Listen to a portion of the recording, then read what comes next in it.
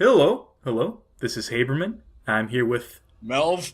Melvana and Shanes, Yes. and we're taking a look at a fighting game. And when I take a look at fighting games, I bring along fighting game experts, and thus why Melvana is here.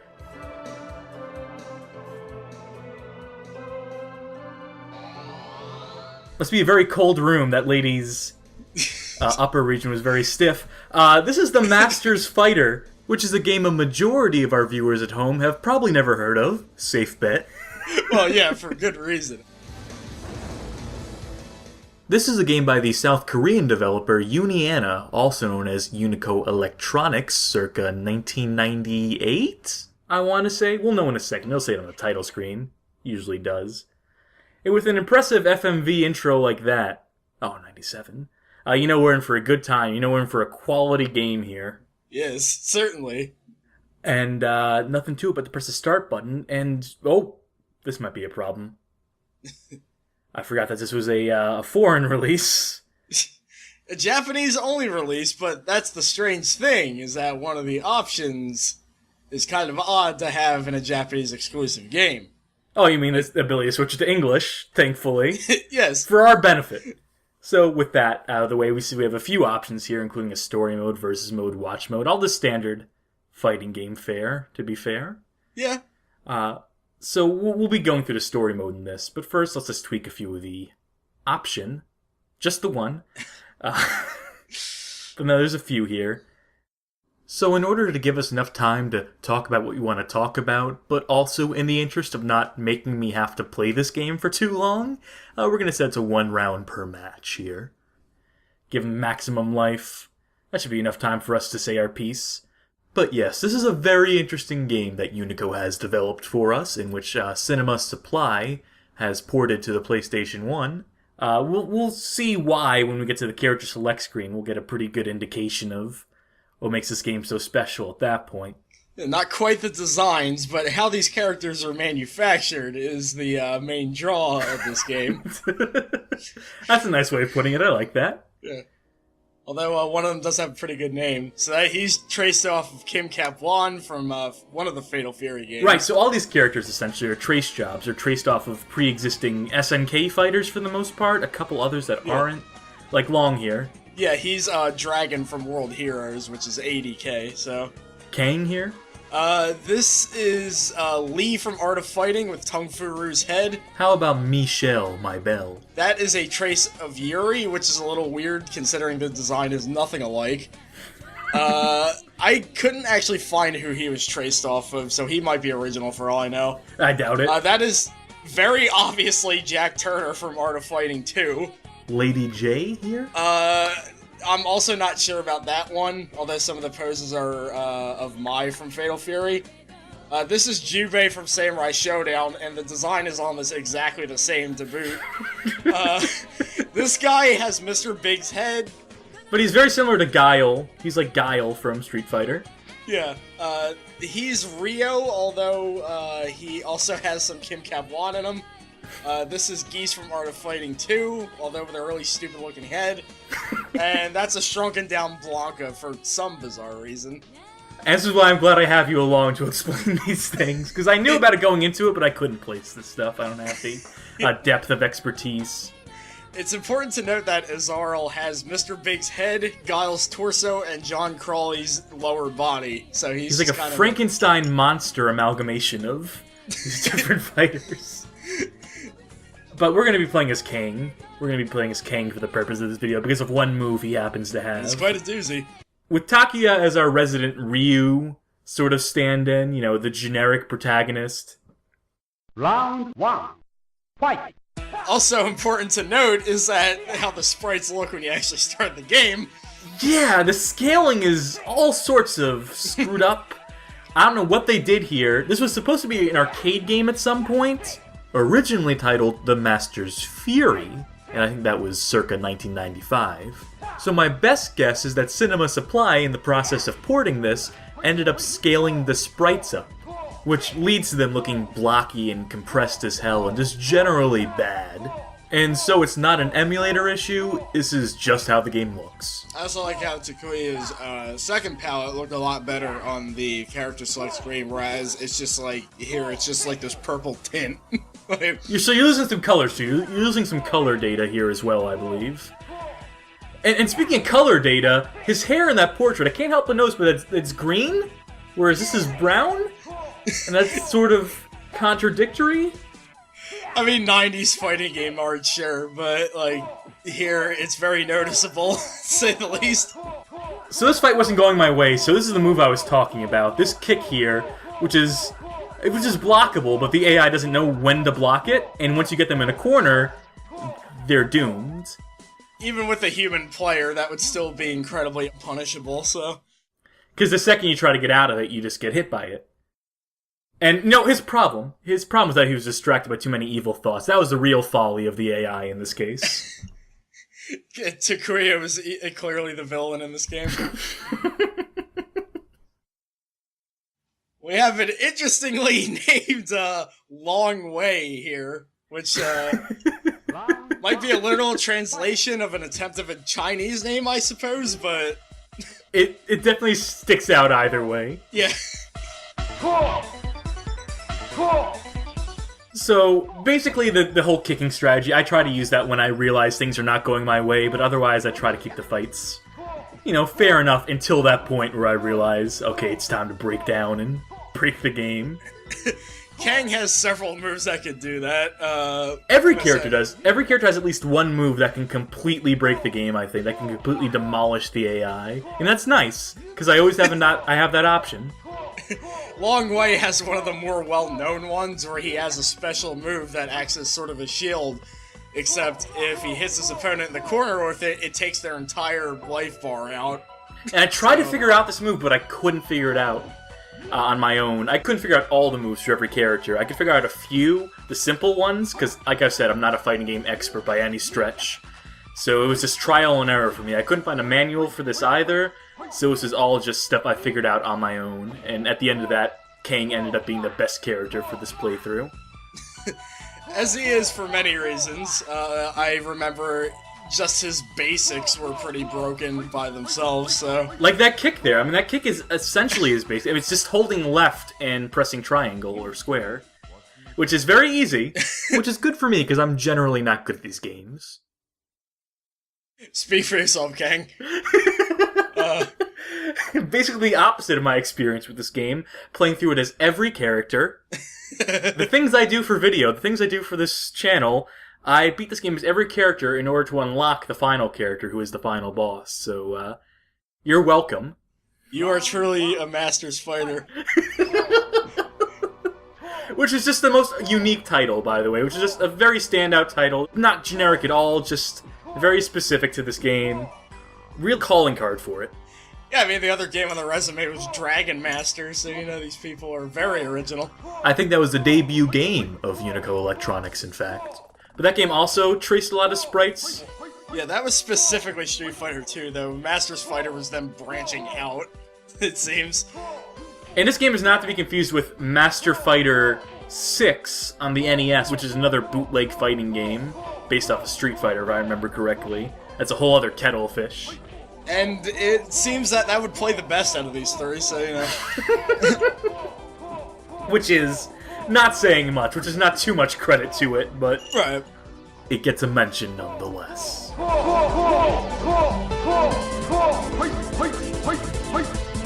There's also something that the AI does not show, but it deserves some mention. Go for That it. They get KO'd and then come back up. It is possible to keep doing attacks after they are KO'd. Yep, you can teach them a lesson. You can add some insult to the injury, Well, I meant like the person that loses. Like they could just keep throwing out attacks. Oh, you mean the second player or whatever? Yeah, oh, Yeah. That's interesting. I was not aware of that. His one move was pretty good, though, that guy. Yeah. Just the one. And again, this is a very cold room that they had all these characters pose for in, which is particularly unfortunate for our female fighters.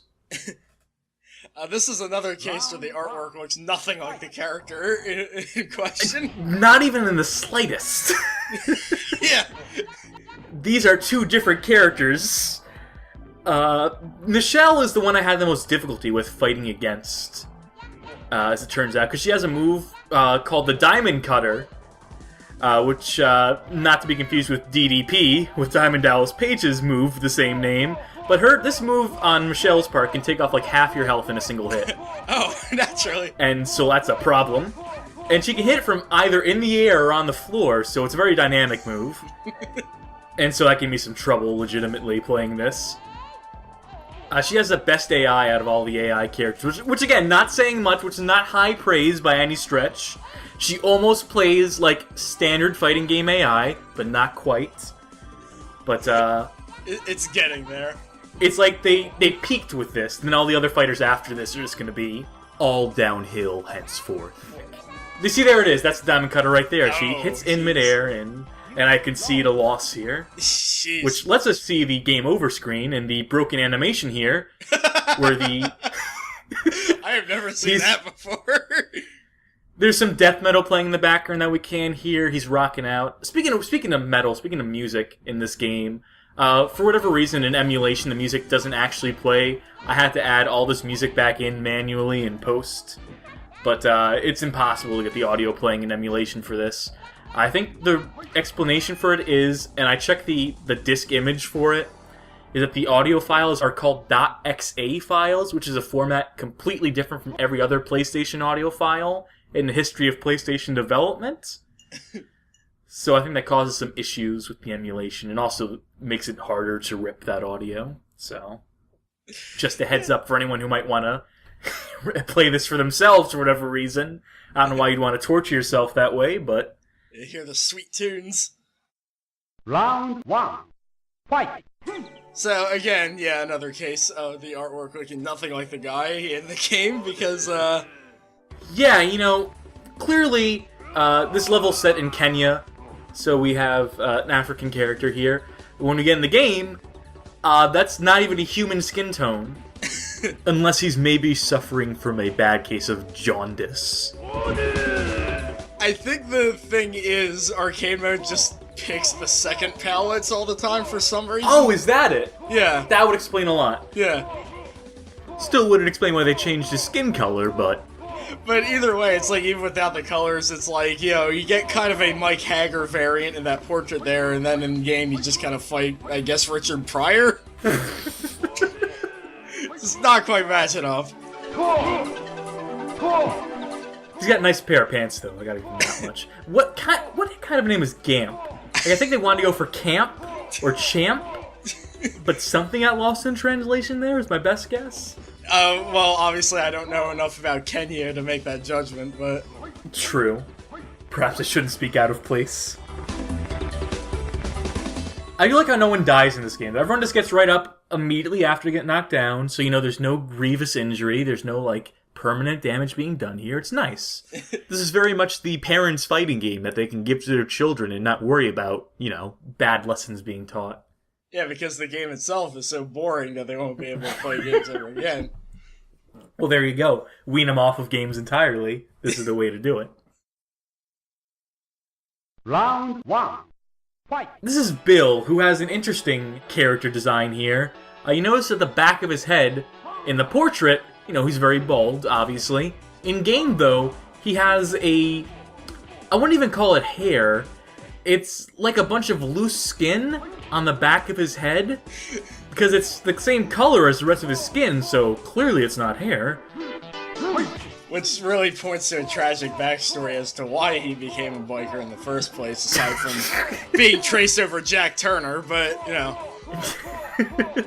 He had a lot to compensate for. He was bullied a lot, and he found a way to get that aggression out, and good for him. Good for him. Interesting to note is that the official manual cites his fighting style as brute force and uncalled for techniques, which is really the best fighting style. Passed down from generation to generation. There's a school you can go to for that. And see, he has had some training, but he still has a long ways to go. Not to be confused with Longway the character in this game. Well, that's the plot twist. Oh, what a swerve! This is Jay, who's Australian, I believe, in her backstory. I like how that font just makes it impossible to tell what her name is, so it just looks like she has a right parenthesis symbol as a name. Round 1. Fight. She's like Prince. She just comes up with symbols for her name when she's feeling in the mood for it. It changes every few years. It's hard to keep track of. So to me, with my limited frame of reference, that spinning kick reminds me a lot of Chun-Li's spinning bird kick. While the AI is attempting her re-dizzy combo. Yeah, you should mention what dizzying in this game is. So some attacks, if you do them enough, make them dizzy. But the thing is, with her spinning kick there, is that it instantly dizzies them twice, because you can chain it without it even stopping. So basically, you can just trap them in there forever. So, Which is why I tried to play as her. I did try to play as her originally for this video. There's my own dizzy move right there, by the way.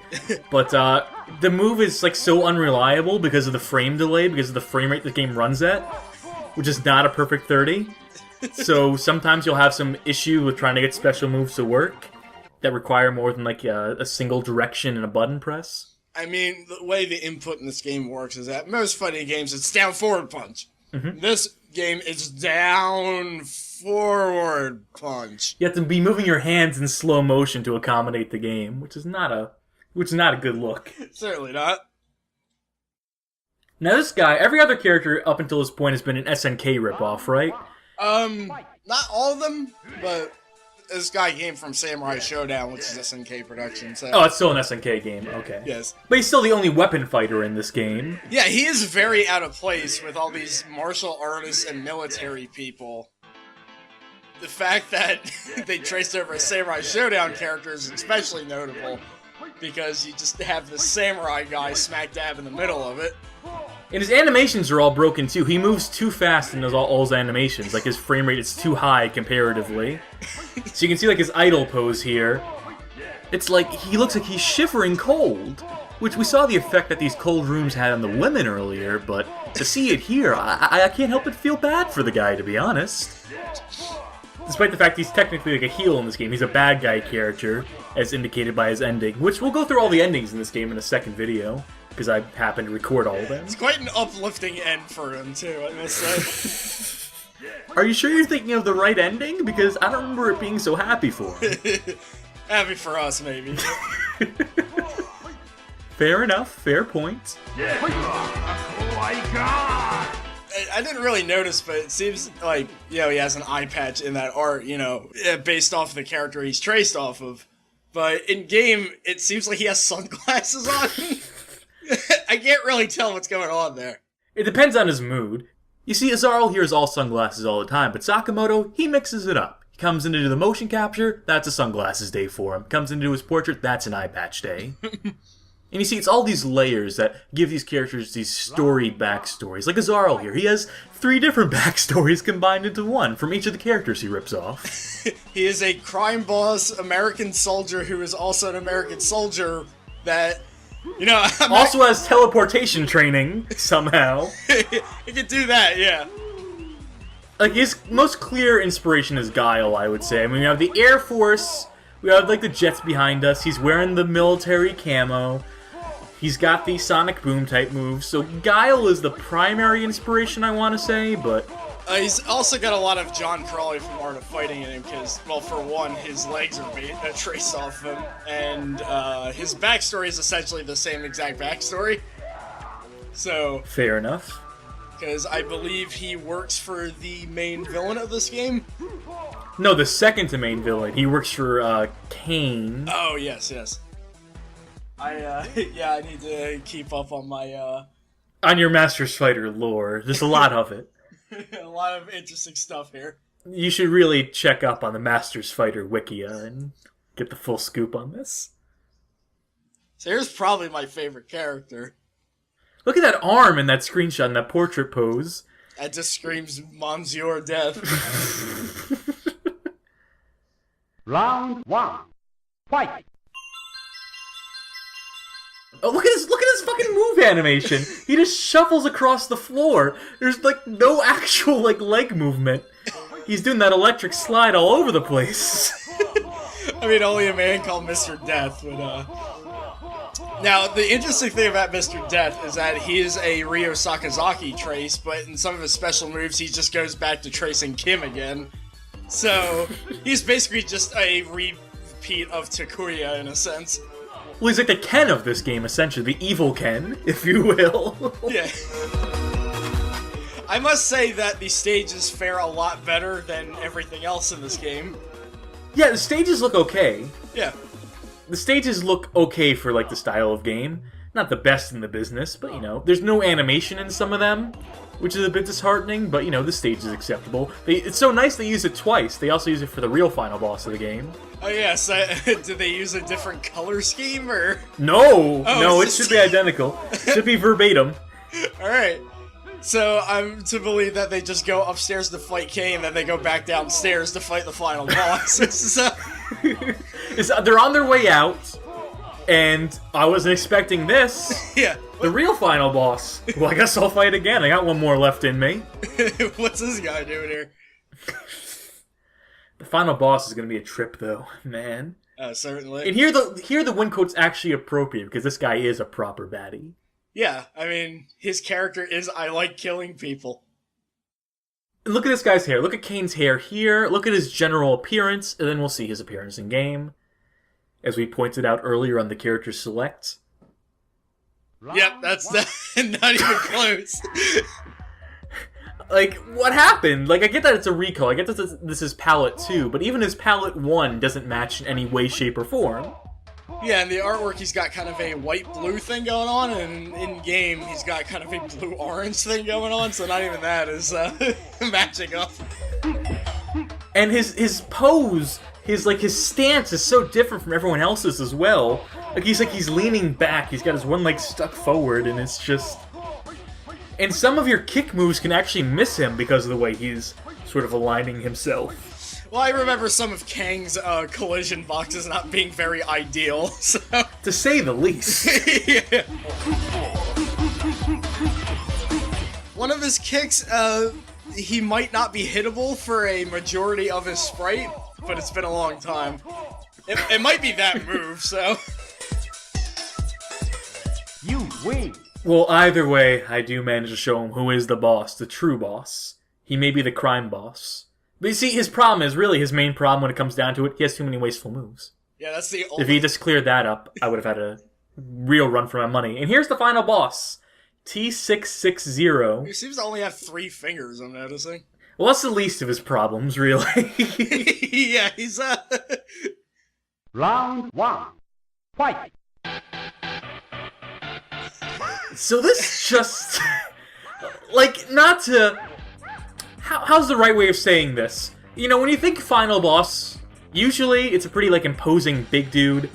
Here, not so much. Also, I figured out a way to break him pretty quickly, which is standing in the corner. He just doesn't know how to get around this, I guess. I suppose a diminutive final boss could work, but not when you basically make it Choi from King of Fighters traced over Blanca. Yeah, that's the thing. This is... Unlike the other characters in this game, this is a Street Fighter 2 character. I mean, this is Blanca from Street Fighter 2, scaled down, and with some of Dhalsim's moves, actually, like the Flame Breath, particularly. He's got Choi's height, his glove claws, and... Another character, by the way, where your kick moves, like any upper move can miss him because of his height. So I guess that is sort of like, you know, does make him more challenging than many of the other fighters, so... You know, point in his favor. He's got that going for him, I suppose. He's also got pretty amazing voice acting, so... Every character only has like 2 voice samples in this game. One for getting hurt and one for hurting the other opponent. Which makes the audio very grating very quickly, to say the least. Especially with characters like T660 here. And I'm just playing with him at this point. I mean, at any point in this match, I could just do this, but, you know, I figured to give us some time here. But here's the end of the fight. Knockout. Even though he's clearly not knocked out, he's standing upright. It's pretty good lose animation, by the way. And so here we go. We finally get closure for Kang's campaign. Whoever T on Lee is, I'm sure he was very important. There's also pretty great music to have set to a scene where a guy's To dying. be fair, this music I just picked. This was apparently an unused track on the CD. I just figured put at the end here because I couldn't find another place for it, and I couldn't find the credits music proper. So, Okay. but yeah, our character dies at the end, which that's a bummer. So much for Masters Fighter 2, huh? Really didn't put their eggs in that basket. So I'm not sure if I blame emulation or the actual game for the fact that they rendered their credits completely unreadable. Yeah, this is definitely just the fault of the developers. Gray on white, not a good look. Also, the frame is off somehow. Not sure how they managed to screw that up, but that is not an emulation error. I confirm that much. I suppose we can blame the program here. Just the one. and Unico and Danger M2, two names that appear several times. We know Unico was the original developer, but I have no idea who Danger M2 might be. As far as I'm aware, there's no narration in this game. That they might mean the announcer, but he only says like 4 things. 2 lines. Yeah.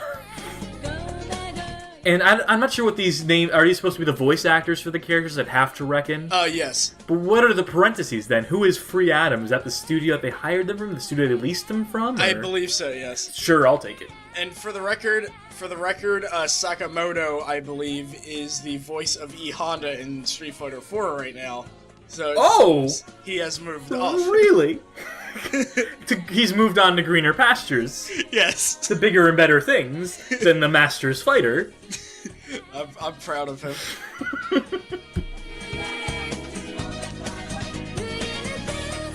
So that was a playthrough of the Masters Fighter. The worst fighting game I've ever played. There's a couple ones that are slightly more broken, but of all the playable ones, the ones that I could actually play, this is the worst. Yeah, I mean, we both experienced Kinyo fighting, so... Which is another choice. It's another just incredible selection for your fighting game library.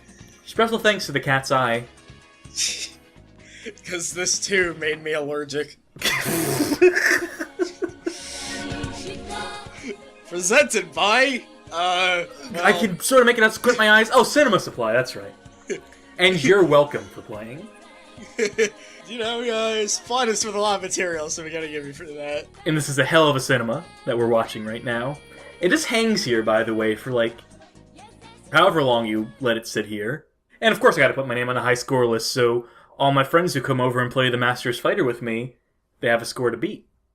So we do have the endings to look at for all the other characters as well, because again, the endings are special, to say the least. They're specially drawn, too.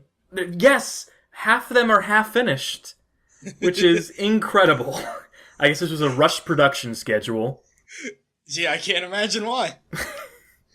But thank you for looking at this game with me and walking me through and our audience through the finer points of fighting games. And be sure to stay tuned in for the second video. Alright.